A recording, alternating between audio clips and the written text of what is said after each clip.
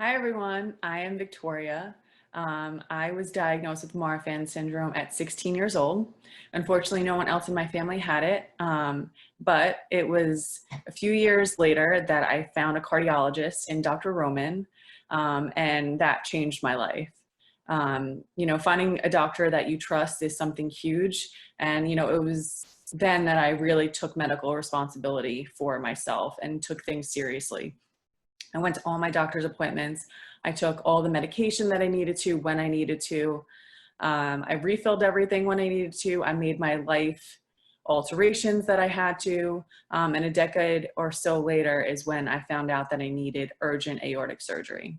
Remember, you can follow every precaution that you could possibly take, but things can still happen. We always think, especially when we're younger, that we're invincible, but you can do everything right, everything according to plan, everything that your doctors say.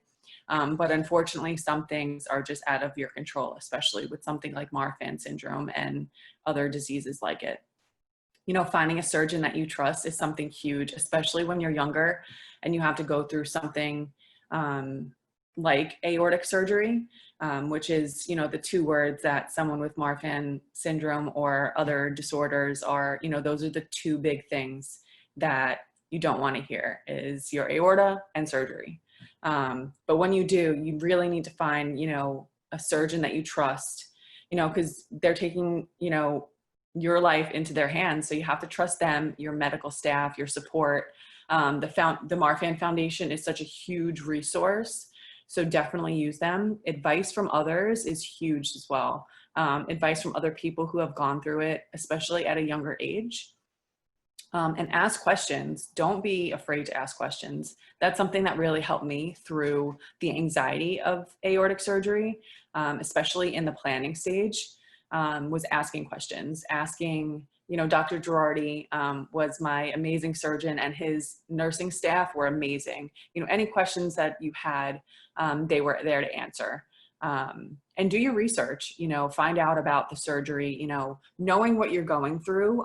It's also a little bit easier to, find your path through it and know what's happening and make goals for yourself. That's, a huge thing for me was making goals, taking responsibility for pre-op and post-op, the things you can control. Obviously during the surgery, the control is in your surgeon and his team. So the things that you can control, you should control. So your pre-op and your post-op. Work hard at your recovery. That was something that everyone said to me, and trust me, it feels like forever sometimes, especially right after surgery. Sometimes you'll want to give up at times, but have a goal and stick to it. Things will come up. You'll have good days. You'll have really bad days. But don't let that get you down. Keep working at it. Do your walking, do your breathing. Those are two things that Dr. Girardi in his office always told me was walk, walk, walk, walk. And then that spirometer that you get, that lovely little device that they give you, they don't give it to you for no reason. Use it. Especially when we're younger, we kind of just think like, oh, we'll heal better than, some of their other patients. And, we're some of their youngest patients that we get, especially at such a young age. But if you do what they say, your recovery will go as quickly as possible. I promise. I'm about 7 months post-op and I feel great. I'm back to myself. It takes a while.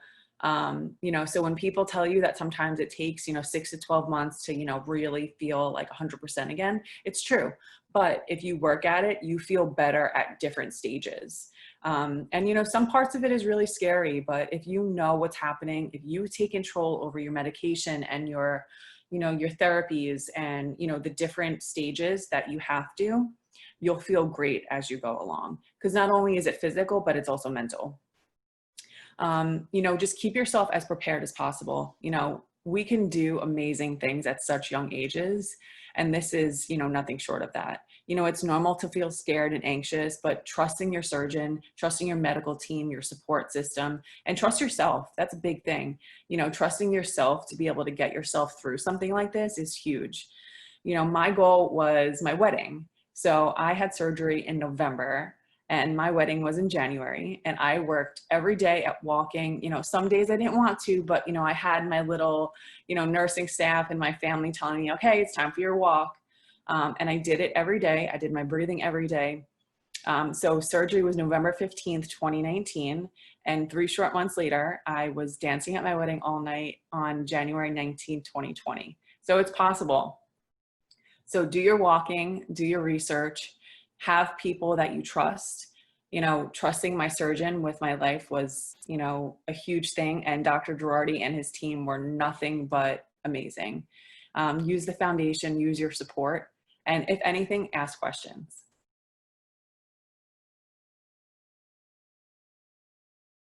Good afternoon. Welcome to the session on young adulthood and heart surgery. Dr. Girardi and I will be talking about the issues around cardiac surgery, which often occurs in young adulthood for most people with Marfan syndrome. I'll discuss the issues leading up until cardiac surgery, and then Dr. Girardi, who's our cardiothoracic surgeon, will talk about the surgery itself and the issues around choosing the right surgery and the issues that need to be addressed around that time. So I'd like to start off with this slide, which really what drives the cardiac surgery issue. So the graphs here with the open circles correspond to survival in 1972 for patients with Marfan syndrome. So men died at 35, women died at 45. But by 1993, these are the solid dots, the survival had improved by about 30 years for both men and women. So what was responsible for that? And this comes clearly because of the cardiovascular involvement in Marfan syndrome. We know that greater than 95% of people with Marfan syndrome and its related conditions will have cardiovascular involvement by echo criteria. And of that, aortic disease is really the dominant factor and is the cause of death in many of these patients. So the impact on this has really been the availability of good cardiac surgery. So one of the things we've learned over the years, and this is actually quite a while ago, this is data from 1994, that if we operate on patients before anything bad happens, like an aortic dissection or rupture, the outcome is much better. In particular, mortality rate is extremely low with surgery. In that study, 156 patients were operated on, and nobody died in the hospital. Whereas if we waited until it was emergent or urgent, as in an aortic dissection, well, we have a significant risk of mortality. And even more important than that, okay, even if you survive the hospitalization after a dissection, many, if not all patients will ultimately need to have a second operation to address the residual portion of the aorta. Whereas if we can operate before anything bad happens, the need for subsequent operation is significantly lower, around 11% over a lifetime. So that really makes a strong case for us doing operations before anything bad happens. So this is what the aorta looks like in Marfan syndrome and many of the related conditions. Most of the aorta looks relatively normal over here, but the root is enlarged. So that's the portion of the aorta just coming out of the heart. You can see the two bulges, which are the sinuses of Valsalva. The valve is actually sitting here. And this is the portion of the aorta that's problematic and needs to be addressed to prevent aortic catastrophes such as dissections and ruptures. So the critical question comes down to when to operate, right? And the simple answer is, well, when the risk of waiting exceeds the risk of operation and the risk associated with the period after the operation. So we know the risk of operation fairly well and the issues that occur afterwards. What we don't know sometimes is what the risk of waiting is, okay? So what are the factors that affect that? Well, aortic size, as many of you know, is probably one of the important ones, how fast the aorta is growing. And we know that patients with families where there's been have been dissections are higher risk. And what's become more and more important over the years is understanding the exact underlying cause for the aortic enlargement. So Marfan syndrome is not the same as Loeys-Dietz syndrome, is not the same as mutations involving the ACTA2 gene. And we need to factor that in the decision of when to operate. So this is what the guidelines tell us, okay? And I think I want to emphasize the word guidelines, right? We often tend to have patients become fixated on the 5 centimeter number, which is the number that occurs both in the European guidelines at 50 millimeters and 5 centimeters in the American Heart Association guidelines. There's this fixation on the 5 centimeter number as the time to operate. But I think we have to remember that this is a guideline, and we need to take this as a starting point in our deciding process of when patients need to be operated on. Okay, I think, well, since size is important, okay, we really need to know how to assess it properly, right? And this is the importance of imaging. I think many of you, if not all of you, get echocardiograms at least once a year, okay? And having high quality echo is very important in guiding our treatment. So this is an echocardiogram done at Stanford, where I work. And you can see the aortic root here measures 4.7 centimeters. Well, in fact, does it? Okay, is that really the size of the aortic root? And this is the importance of doing of having a lab and that goes a little bit extra and really tries to make sure we get the maximum measurements of the aortic root size. Because if we go from a slightly different angle, this is the same patient, the same day, you can see that, okay, the aorta is in fact quite a bit larger. It measures 5.2 centimeters. So it becomes important for you as you get your care to make sure that the images are high quality, because it's really important in terms of guiding your care. So if echo is prone to error, okay, what about doing CT scans? Well, one obviously challenge there is the radiation exposure, but we do get very clean pictures on echo, on CT scans, and these are what the scan images look like. So there's a series of axial cuts that cut across the body, and so it looks like what would happen if you fell into a bread slicer. You would get these slices across, and you can see that we've given the dye to make the portions of the blood vessels bright white here. So is this the be-all and end-all in terms of how to assess the aorta? And again, as in all things, the most important thing is to do it right, okay? So you have to do the echo right. The CT also needs to be done right, okay? So CTs can have problems as well. So this is, again, our aortic root, but the standard echo image, CT image, is this axial cut, right? So it's cut like this. So it's kind of this oblique cut of the aorta.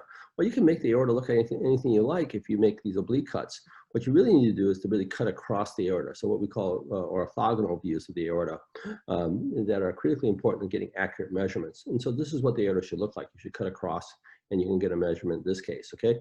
Now there are other potential issues with CT scans. Again, you want to do this correctly. I see this all the time where I get sent echoes and people are told they have much larger aortas than they really have. So this is, again, the same patient, actually the same day, done with imaging slightly differently.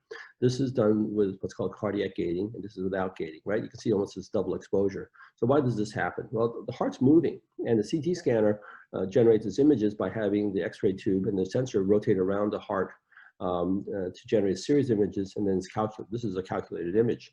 The problem is that this heart's moving at that time, then you effectively get sort of a blurred exposure, which can make the aorta look bigger than it really is.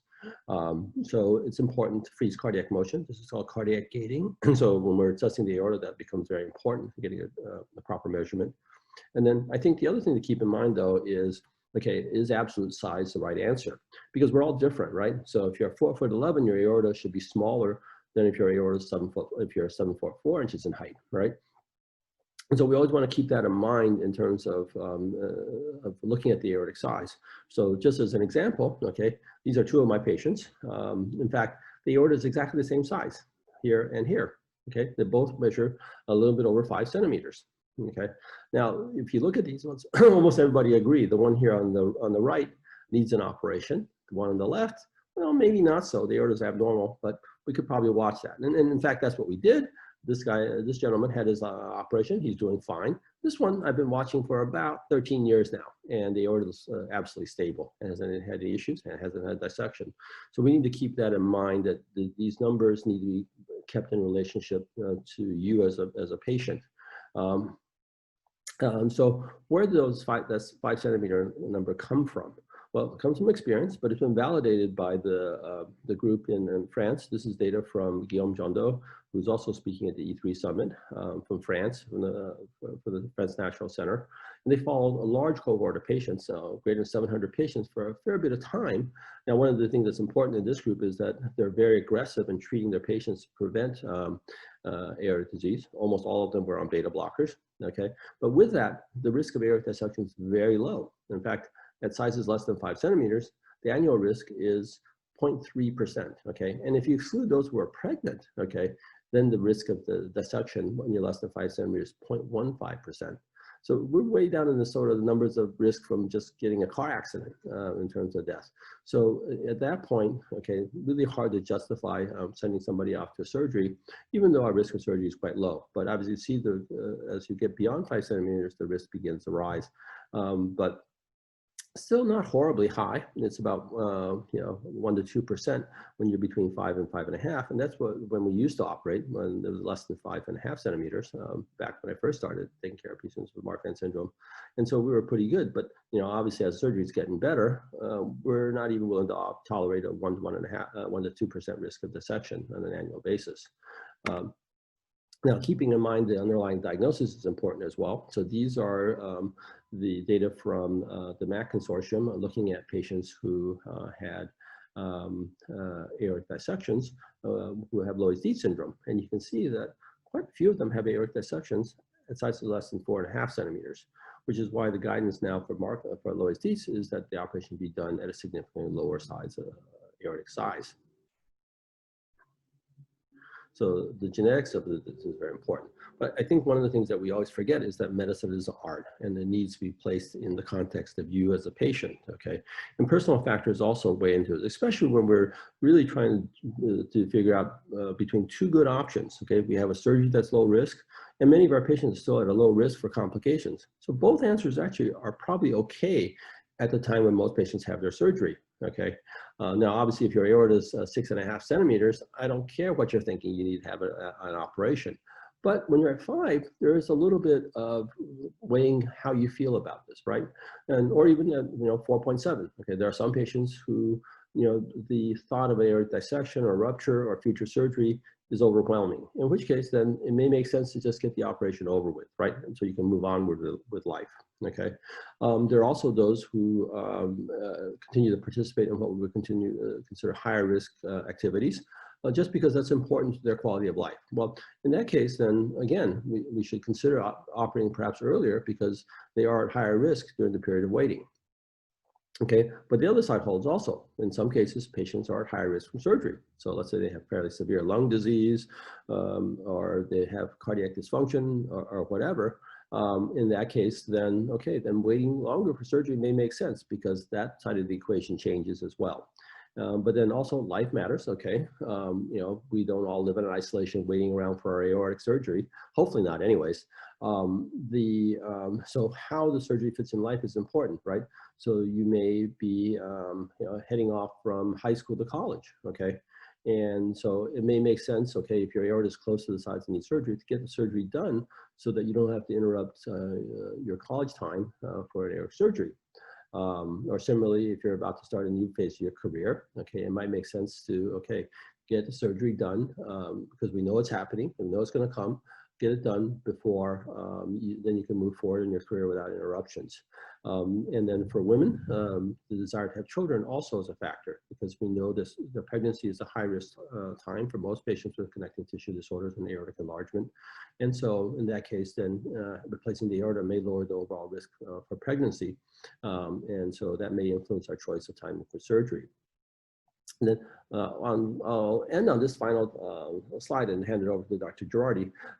Sort of fitting is about choosing the surgeon. And I get asked this question all the time, right?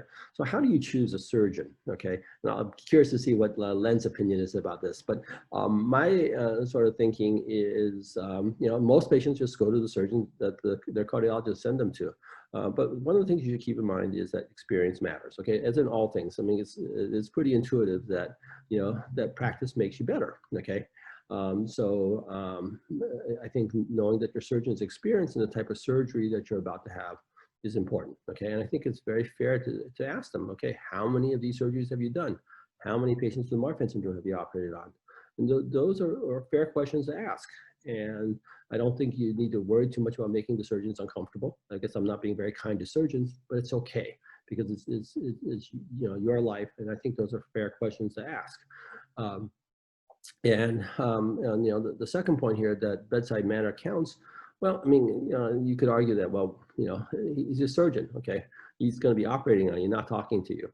But I think a surgeon that's willing to take the time to talk to you, listen to you, understand your concerns, and explain what's about to happen to you shows a level of caring. And I think caring ultimately is a very important determinant on how good a surgeon and how good a doctor they'll be. So I think it's fair to ask that they have some reasonable bedside manner, some show genuine concern for you. And I think the last thing I think is important is that second opinions are fine, okay? You don't have to get them. I think if you're totally comfortable, after meeting your surgeon or with what your cardiologist is telling you, okay, that's fine. You don't have to get them, but you shouldn't be afraid to get them, okay? I think if there's any doubt in your mind as to whether or not this is the right thing to do for you, then ask for a second opinion, okay? Insurances pay for second opinions, and you shouldn't have to worry about offending your doctor and getting a second opinion. I certainly am not offended when a patient of mine asks for a second opinion. In fact, I sort of encourage it because it actually helps both of us, right? Because if the second opinion agrees with me, you know what? I'm more comfortable and the patient's more comfortable that we're doing the right thing. And if the second opinion finds something different, okay, that I missed, that's great, because then that saves me from having made a mistake that could hurt my patient. And so there really should be no fear in asking for a second opinion. So with that, I'll hand it over to Len. So again, I think the important thing is that cardiac surgery does make a difference, and it's a crucial element of how we are improving life expectancy in Marfan syndrome and other connective tissue disorders. But it requires careful medical management and surveillance. And so, but surgery is very successful. And so I will then hand over to Dr. Girardi. Thank you for your time.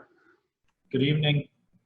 I'm Len Girardi, one of the surgeons here at Weill Cornell Medicine in New York City, and welcome to the Marfan E3 Summit.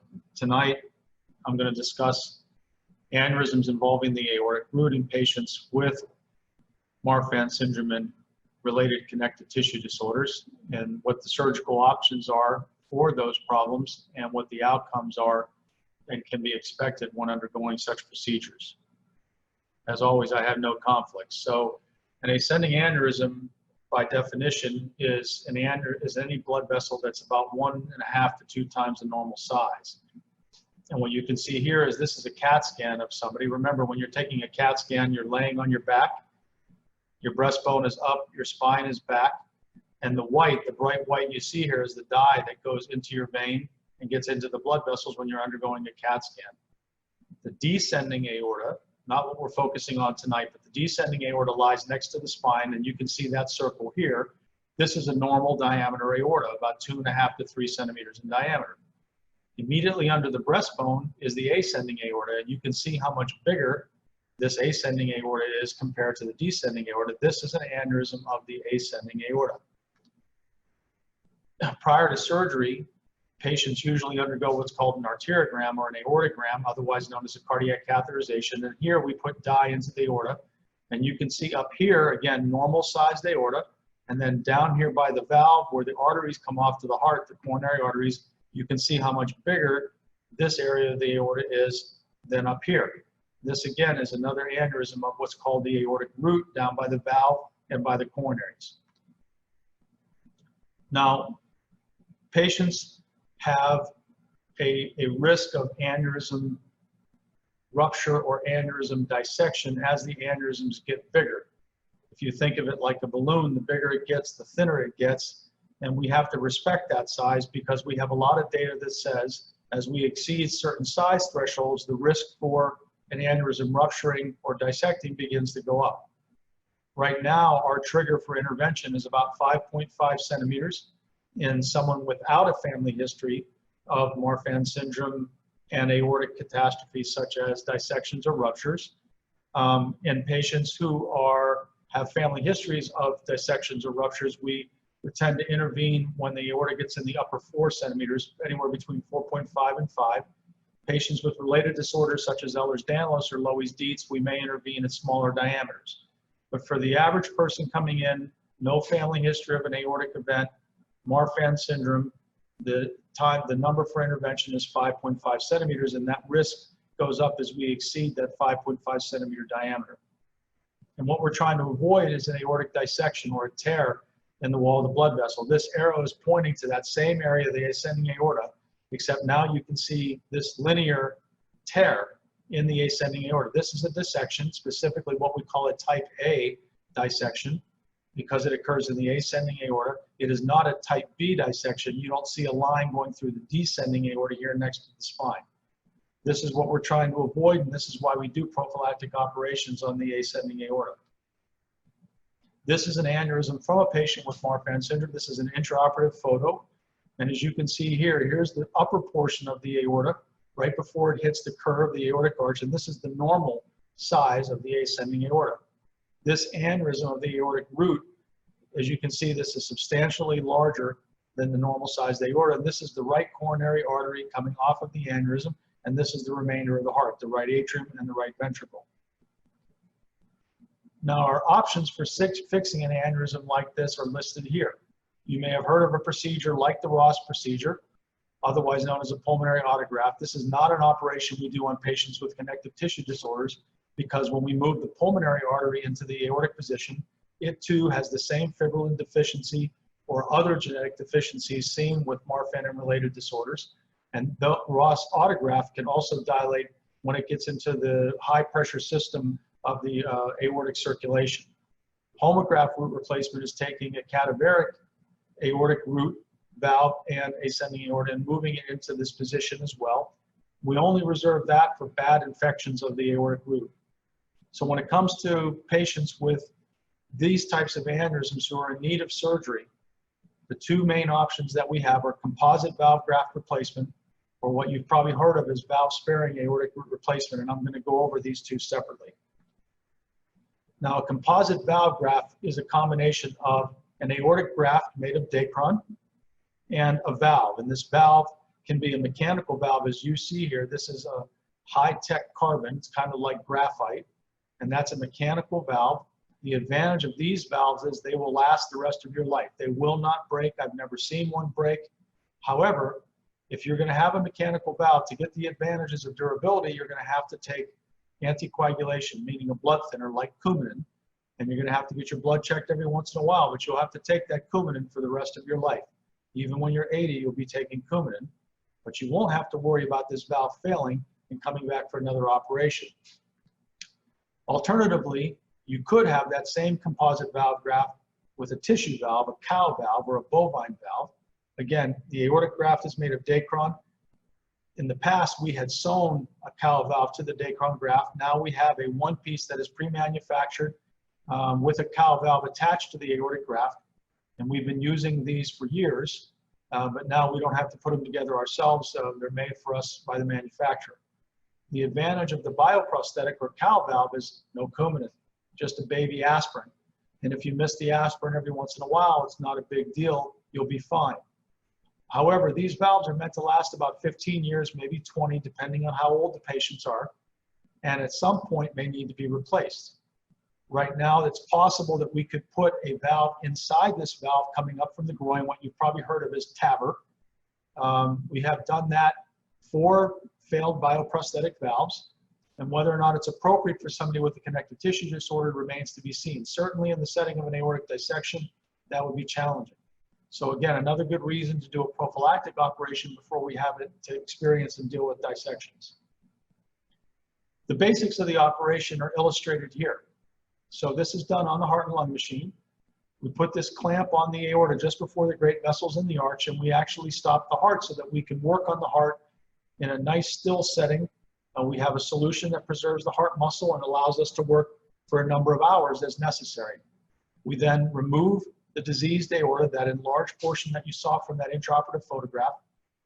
When we're using a composite, we remove the aortic valve, and then we mobilize the coronary arteries, the right coronary here, the left coronary here, on little stalks of aortic tissue, because they have to be removed and then reattached onto that composite valve graft.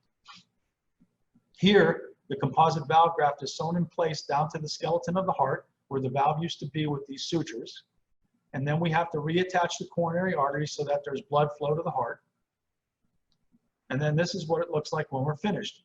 We sew the dacron graft up to the native aorta just before the arch. The coronary arteries are reattached, and the aortic valve is sewn in place here. So this is the composite valve graft operation. Now, when we do a valve preserving operation or a valve sparing operation, again, on the heart and lung machine, we arrest or stop the heart, we excise the diseased aorta, we mobilize the coronary arteries. So up to that point, everything's the same. But what's different now is instead of removing the leaflets of the valve, we keep these intact and we save the aortic valve. This is an intraoperative picture of such an operation. Here's the valve, 1, 2, 3 leaflets of the valve. You're looking actually down inside the heart into the muscle of the heart. The left coronary artery is here, the right coronary artery is here. And then we put these sutures underneath the valve and bring them through the Descron graft. And then we're going to lower this graft down on top of the valve and put the valve up inside the graft, such as this. Once the valve is up inside the graft, we then secure the valve in place with these sutures, just like it was in its native position inside the native aorta. The graft is secured again down to the skeleton of the heart. And again, this is what it looks like in a real operation. As you can see here, the graft is secured down below the valve. The valve is reattached up inside the Descron graft, and 1, 2, 3 leaflets, just like it was meant to be. They're all coming together in the middle so the valve doesn't leak. And then we'll reattach the coronary arteries as you saw in the illustration before. Now, the foundation sponsored a prospective multi-center comparative study a number of years ago, looking at patients with aortic root aneurysms and comparing those undergoing valve-sparing root replacement to those with composite valve graft replacement. It was about a 3-to-1 ratio of those having valve-sparing to composite valve grafts. At 1 year of follow-up, 99% of these patients had adequate follow-up with echo and CT imaging. There's a lot of data surrounding this study, but the bottom line is the following. Most importantly, the risk of the operation was very low. In the 239 valve-sparing patients, the risk for mortality was less than 1%, 0.04%. For a composite replacement, it was 1%. This was not statistically significant. With all that stitching going on in and around the aortic root, one would worry about the need for a pacemaker, but you can see here that risk was very low too, and there was, again, no statistically significant difference between the incidence of the need for a pacemaker between either technique. The amount of time on the ventilator after surgery, however, was much lower in the valve-sparing patients, and the amount of time in the hospital was also significantly lower in those patients undergoing a valve-sparing procedure. The survival up to about 3 years was the same. There was no difference in survival in patients undergoing either the valve replacement, AVR, the flat line here, or the dashed line, the valve sparing. There was no difference. And the freedom from major hemorrhagic events, however, was much better in those undergoing valve sparing because obviously they weren't on blood thinners. They weren't on Coumadin. So the incidence of hemorrhagic events from being on Coumadin was significantly higher in those undergoing composite replacement with a mechanical valve, and it was virtually non-existent in those undergoing valve-sparing surgery. Finally, freedom from major adverse valve-related events, and that was defined as having a leak come back to the valve of more than moderate. So when we grade leakiness of valves, we give it mild, moderate, severe. If you had moderate or severe, that was counted as a valve-related event, or if, God forbid, you required a valve replacement for a leaky valve, that was considered an event. And again, there was no statistical difference out to 2.5 years between the two groups. Now, looking at our own data in a high-volume aortic center of excellence, this was our experience with almost 1,200 patients undergoing these procedures, composite valve graft versus valve sparing. We had about almost 900 patients undergoing a composite and almost 300 going valve sparing. Again, the mortality risk was substantially less than 1%. And the need for any sorts of major stroke or any other embolic events was, again, also less than 1%. The need for reintervention was very low, and there was no statistically significant difference between a valve sparing and a biological valve graft replacement, but the valve sparings had a slightly higher need for reintervention at 5 years than either the biological valves in this light color here or in the orange color here, the mechanical valve, which again at 5 years had virtually no need for reintervention.